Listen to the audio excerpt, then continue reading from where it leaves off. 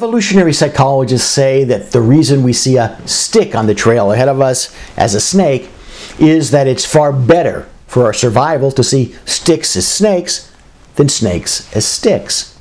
This and other biases cause us to more readily focus on the relatively immediate threat as opposed to the long-term one. So when earlier this month CMS released its various proposed 2021 payment schedules, physicians quickly focused on what's in it, or rather out of it, for them, that is, for their specialty.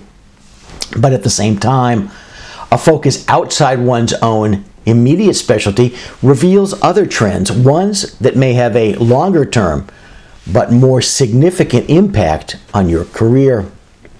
As anyone who's been reading my posts and articles and my book, The Impending Death of Hospitals, available on the website at Weiss PC for free download, over the past 6 or so years, they know that the trend of shifting procedures from the hospital setting, including from the hospital outpatient department setting to the ASC setting, is of tsunamic proportions. In accordance with that trend, CMS's August 2020 proposed payment pronouncements have hundreds of procedures moving to the ASC setting. For example, they propose moving more than 266 orthopedic procedures from the inpatient-only list, which means soon to be done in an ASC near you. Even more revealing is that CMS is proposing to eliminate the inpatient-only list in its entirety over the next 3 years. Shh, hang on for a second. Can you hear that?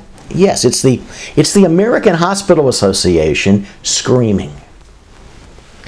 In the long run, for those physicians performing facility-based services, such as anesthesiologists, these very strong continuing signals, in fact, stronger signals than in the past, are clear signs that unless your business model takes into account the fact that hospitals as we know them today will soon no longer exist, your business might soon no longer exist.